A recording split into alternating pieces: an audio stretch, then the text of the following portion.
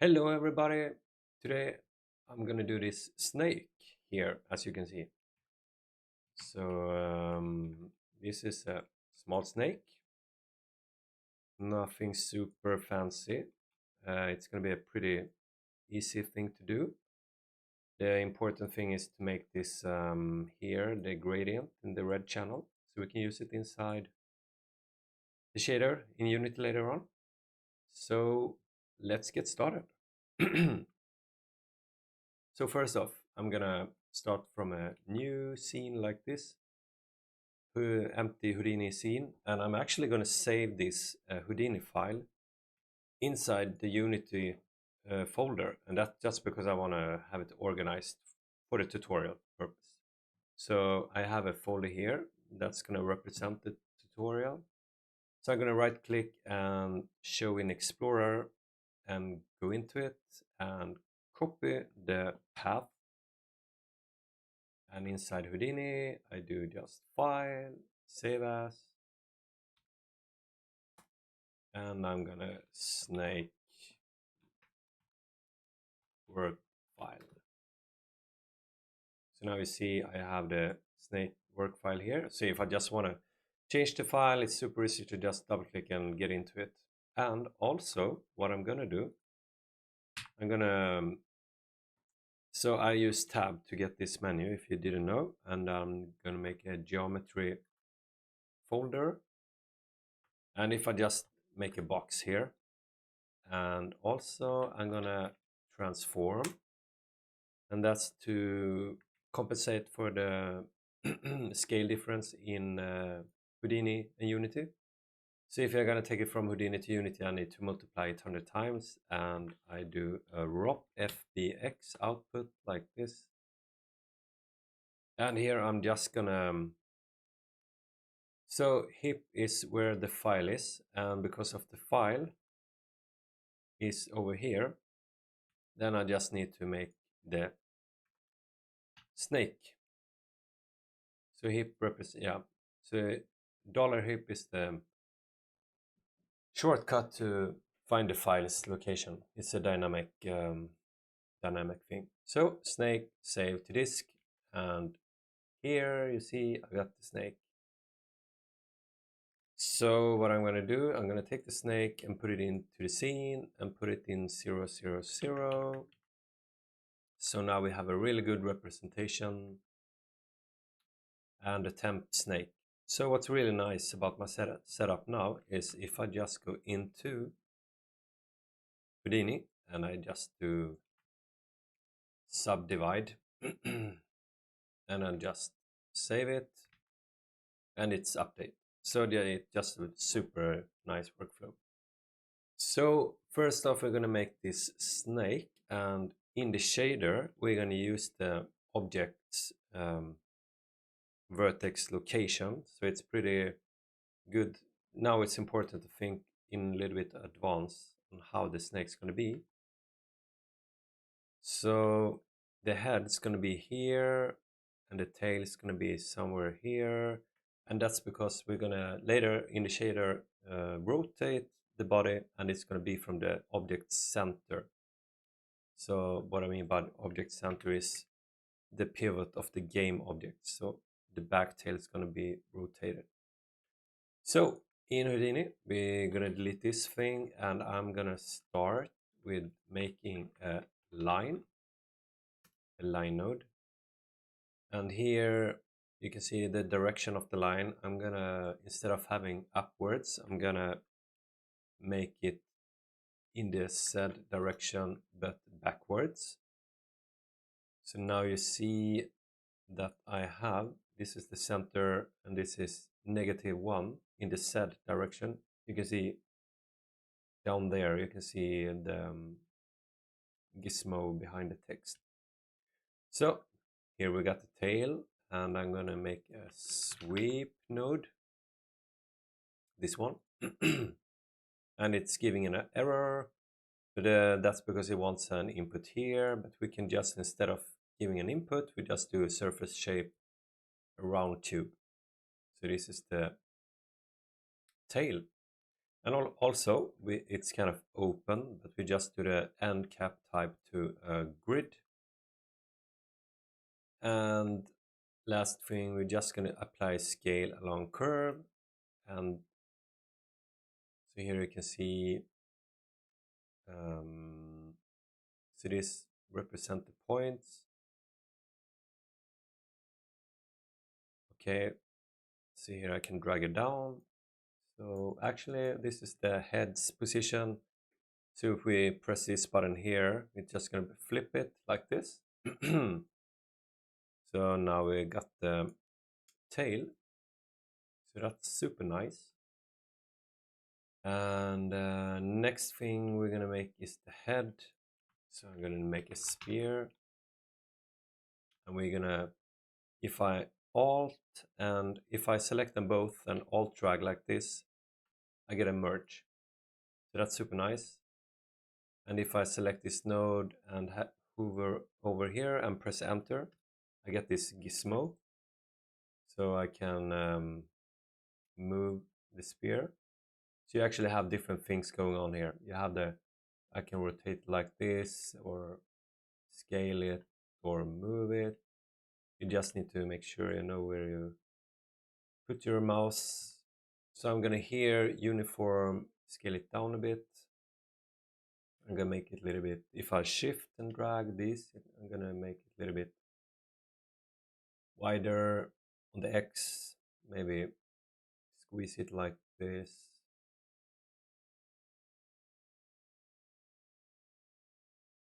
Yeah, maybe a little bit more like this. So this is the basic shape. So now it's really easy to just use another super nice node that's called VDB from polygons. So this one makes a VDB shape, and if we crank up the voxel size, we get much smoother, nice shape. And then we just convert it back to VDB convert VDB and convert to not volume but polygons. So now we got polygons again, super nice. And I'm just gonna make a remesh. So the remesh is, yeah, remeshing it. And here you have a target size. I'm just dragging like this and get what I desire. 0.04 I think is nice. Go with that, could be good. So this is really nice. Now I could just go back here and change the scale. Maybe I don't want, yeah, and move it around, you know. Procedural, I love it, super nice. So if I just plug it in like this and I save, and here we have the snake. And yeah, I think I want the head a little bit more further in front. Actually, I'm just gonna move it a little bit like, no, actually we're gonna fix that later. So now I'm gonna add some in the green vertex channel. I'm gonna add some random color that we can use in the shader. So if I do a point VOP, this is really nice because in here, sorry, because in here I can, instead of coding, I can just do it with nodes. Super nice. So what I want to do is I want to take the position. So here you got position, and if I press tab and do static noise, and it's in CC bias, we're gonna move it to the position, and then we're gonna have the noise, and we're gonna do, if I do tab, float vector, vector. Just so this is red, green, blue. I'm just going to change it to the green one. Plug it into the CD that represent the color, and now I got the green one. So I'm gonna tweak this noise. I'm gonna do a Perlin flow, and let's see. All right, so how to think about this is that you have this each point here, the vertex, or so the point is all the blue ones, blue dots. They have a position with a Z value. So if I look here in the frequency, if I change this value, I'm actually changing the values in the Z direction. So it actually means that it kind of making the noise more intense only in the Z direction. So you can hardly see it, but there's a little bit of difference in the noise. And if I just go and do gain, change gain to 1, you see the contrast is much stronger. So then and this is just to make some variation, and I'm going to use it later in the shader. So we go up 1, and now we have the body ready. So let's make the eyes.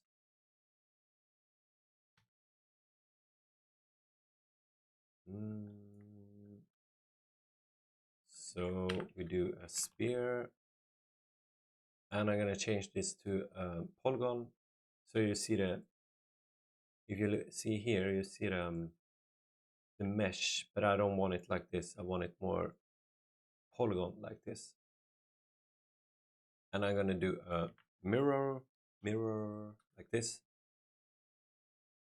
So what happened now is if I take the sphere and move it around, I just get the mirrored of it, and I'm gonna 0.1 maybe in the scale, and then again I'm gonna do a merge. So I just select them both, alt drag like this, and we have it merged together. Super nice. So I'm just gonna move this eye to the position where I want it, like this, something. Actually, I want a little bit bigger eyes. Find that cute.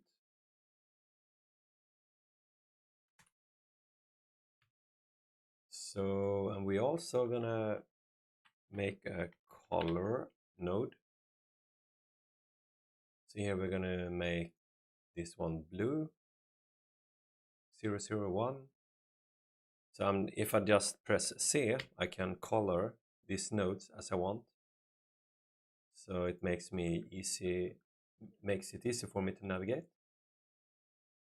And the last thing we're gonna do is to, well, actually, if you look at it now, if we press save to disk, and we look in here, you can see that it's into the surface, below the surface. We're gonna just transform it so we have it above. So if we do a transform, and I do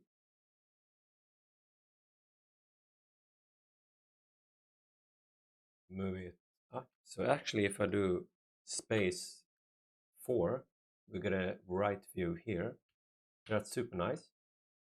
So we can just place it just as we want it. Yeah, this is super nice. And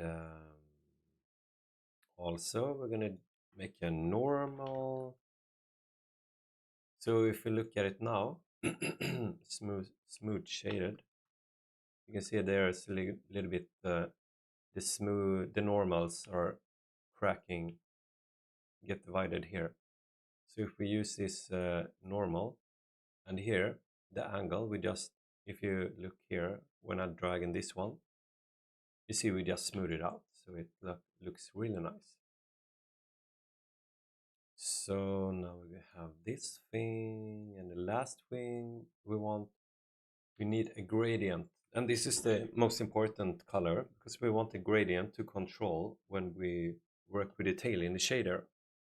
So what we're gonna have, I'm gonna do a little bit of coding. So I'm gonna do a wrangler, and it's a point wrangler, so it runs on points, important.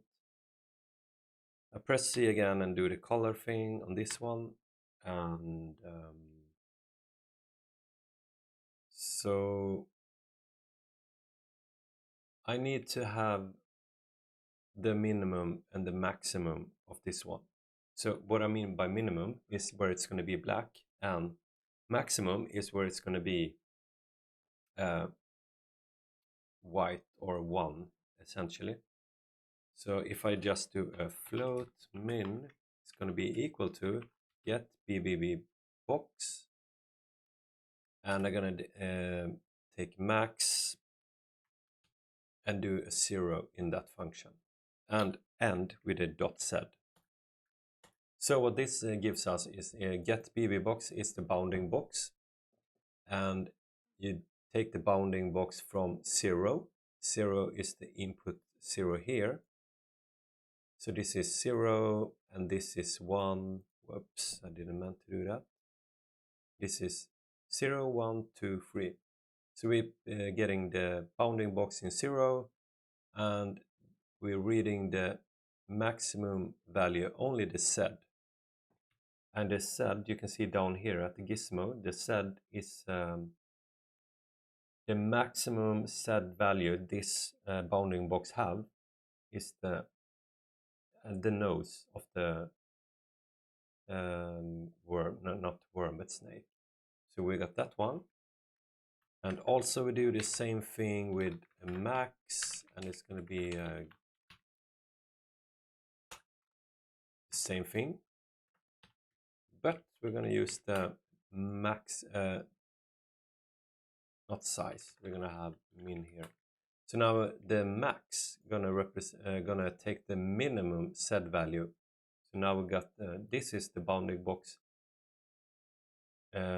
lowest Z value over here. So now we got a min and max value, and this is super nice because now if we make a new float, and this is going to be the red value, and if we use a fit function, first off we're gonna input at p.z. So what we're doing here is we take the so I'm gonna explain it like this. So it runs over points. So if I mouse click on this node here, you can see we have 502 points. So all these blue dots are points. So this wrangler will be like a for loop over all the points. So let's say point number 126. This node gonna take the position of the points 126. So to take the position, you can see down here, you can see, whoops, here you see position X, Y, Z, and we got the color red, green, blue. So what we're gonna do, we're gonna just use this value from all the positions. So fit function will get the position Z. Shit, hold it. So we're going to take the position Z value, and we're going to this position Z value going to take the min value, and we're going to take the max value, and we're going to remap that values between 0 and 1. So if we now just, if I press this at CD and just make equal red, that means that I assign the red value to the color. So if I remove the dots and number, you can see now we made a gradient from the smallest value to the maximum value. So this is a gradient in the red channel, 0 to 1, super nice. The last thing I will do, I will actually just remap this value because I want it to be more, I don't want it to start over here. I actually want it to offset it to start at 0. So we can do that with a ramp. So I do red is equal to remap red. So what I do here, you press this button to make this function available in inspector panel. So red is equal to red but remapped. So if red is 0.5, then it's 0.5. So actually here it doesn't really happen anything. But let's say if I start to drag this here, you can see that it's kind of offset stuff. So that means that the value red 0.2 here actually will start on 0. So that's a remap. And now let's see, we're gonna change this. So instead of assign this red value to CD, we're just gonna do it to .r. So we only assign it to the red channel and not all of them. So now we have the snake. And if we just save it and go into the Unity, and here we got it. So just a quick thing here, create shader graph, HDRP, lit shader, vertex color. So we're just gonna assign the material, open the shader, do vertex color into the base color like this, save, and here we have it. So this was the first part. Next thing we're gonna do is a shader to animate it. Thank you so much.